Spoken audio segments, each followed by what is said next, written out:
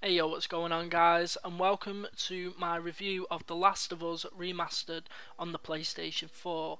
Now, I'm not going to really be talking in depth about the story, etc, just because I do believe this is a game that everybody who owns PlayStation 4 should experience for themselves, hence why I've actually chosen not to include any gameplay sequences in this review, just some screenshots that I actually have taken using the photo mode on the PlayStation 4 version, and just some like quick screen grabs that I've used using the share button on the PlayStation 4 controller.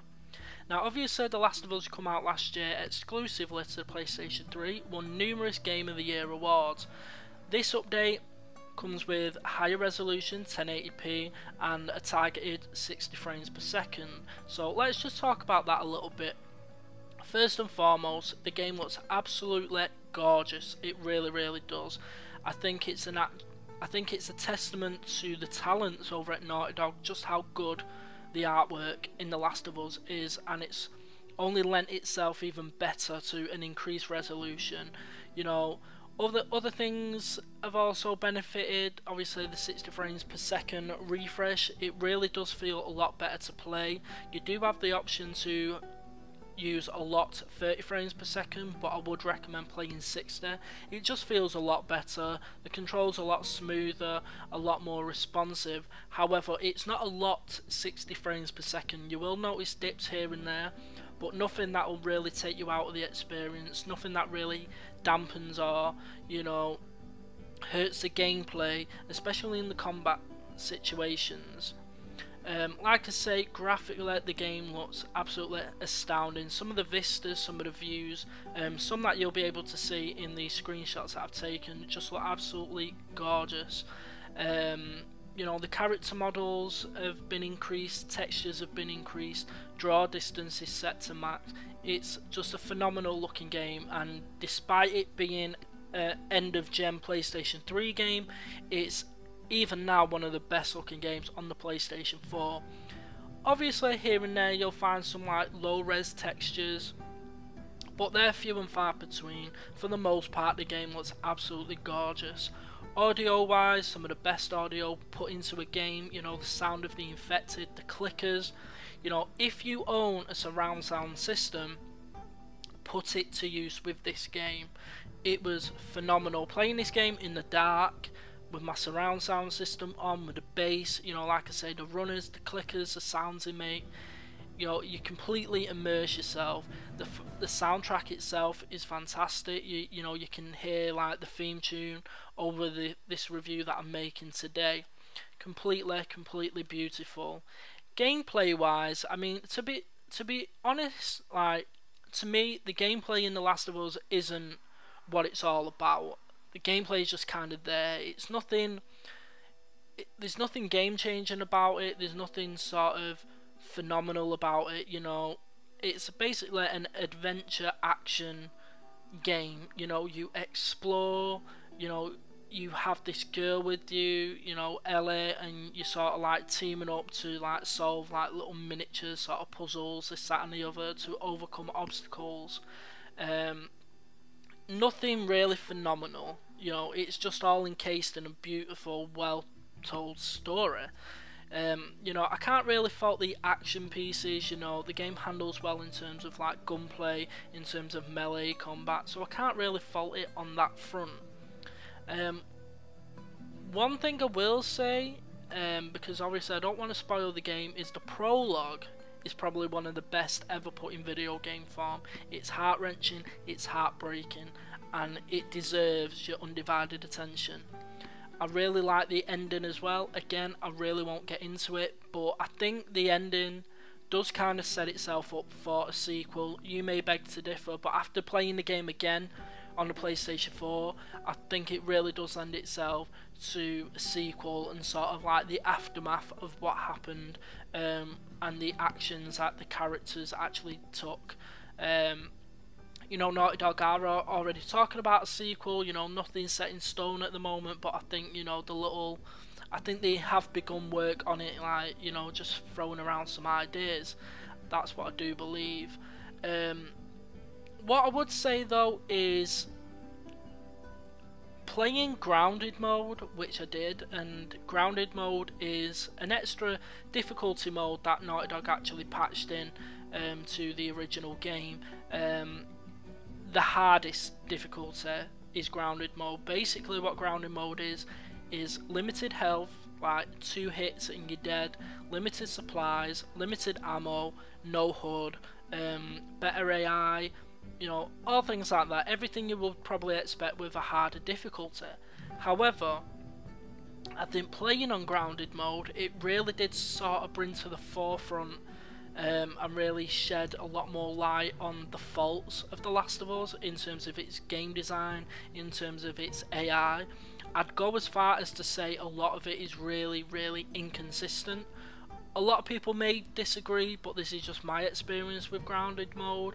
Everybody's going to have a different experience, but this is just mine. So, like, let me just give you a few examples. So, for instance, when you are faced with the clickers, the game tells you that, you know, hand-to-hand combat with a clicker is not going to work. You need to either use a melee weapon, such as a bat, such as a pipe, or, you know, or a gun or something like that in order to get rid of them, in order to kill them. One of the best ways around that is to actually stun them first by throwing a brick or a bottle at them, and the game tells you to do this, but on plenty of occasions in grounded mode, not necessarily on the lower difficulties, but in grounded mode especially, you know, I'd notice at times you could throw a brick. Sorry about that. You could throw a brick or you could throw a bottle at a clicker and it'd stun them, no problem. You can run up on them and you can hit them with your melee weapon, or you can knife them if you're playing as Ellie. But then at times you do the same thing and it just wouldn't bother them at all. You'd throw the bottle, you'd throw a brick, but it wouldn't stun them, and then you go to attack them with your knife and they just knock your hand out the way and they bite you and they kill you. You know, same as the runners as well. You know, the runners are like the, you know, the downgraded infected. You know, the game does state that they can see you, they can hear you, but if you're creeping behind a runner, like the slowest movements you can, their back is completely to you. You're completely out of their field of view. You know, there should be no reason why you can't stealthily kill them every single time. But what I've noticed is, again, on grounded mode, when you do that, you could get close to them, continually tapping the triangle button to make sure you hit that stealth attack, you know, right on the money, you know, straight away, and they'll be able to detect you, you know, and I find it really, really inconsistent. You know, sometimes it'll work, but then sometimes it won't. Also, later on in the game, you get access to a bow, and you're able to use this bow and these arrows to kill the infected. But there was one sequence where I noticed like they were climbing through the window, and I'm not sure if at that point there'd be like a few frames of invincibility, but you could shoot the bow at them and sometimes it'll hit them, but sometimes the arrow will go straight through them, causing no damage at all. You know, despite the fact that you've hit them in the bullseye, there's no way it would have missed. You know, sometimes it just won't cause no damage. And on the harder difficulties, when ammo is scarce at the same time, the fact that you're getting these little frames of invincibility where, you know, your bullets and whatnot are causing no damage, it really is a frustration more than anything else. It's just really inconsistent. It didn't happen so much, you know, near the beginning of the game, because there's not as many like infected as, you know, and clickers running around. But as the game's like really does progress, you know, towards the latter stages, it really does become a problem. Like I say, the Naughty Dog continually put you in scenarios where you are limited to the ammo you've got, you are limited to the resources you have, and when the game design isn't working like it should, you know, it takes the whole fun out of it, and it just becomes, like I say, a frustration. Playing on grounded mode, I found it frustrating. I didn't find it fun whatsoever.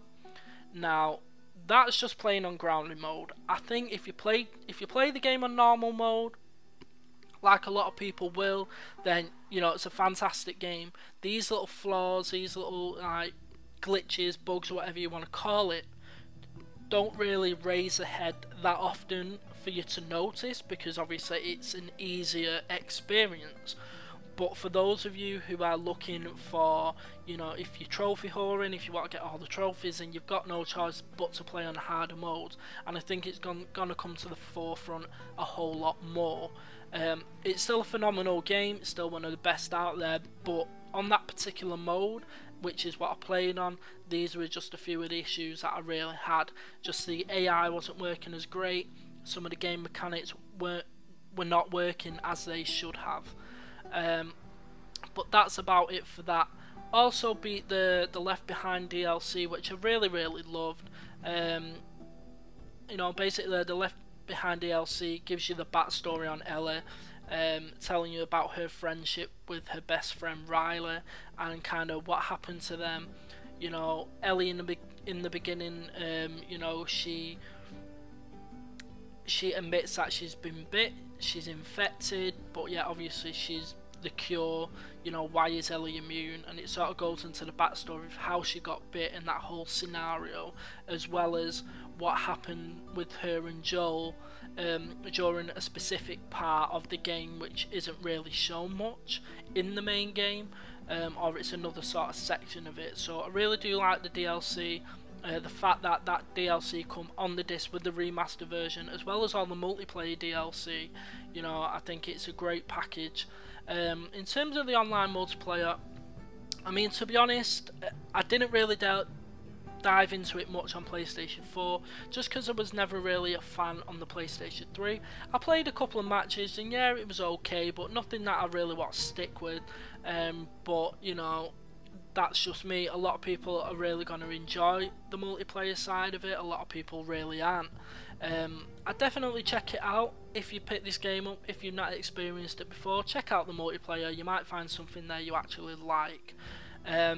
In terms of the overall package, I can't really fault it, other than the grounded mode, which I didn't really like. But you know, if I really want to go back and really enjoy the experience, I can always play it on normal mode if I really want to run through the game again.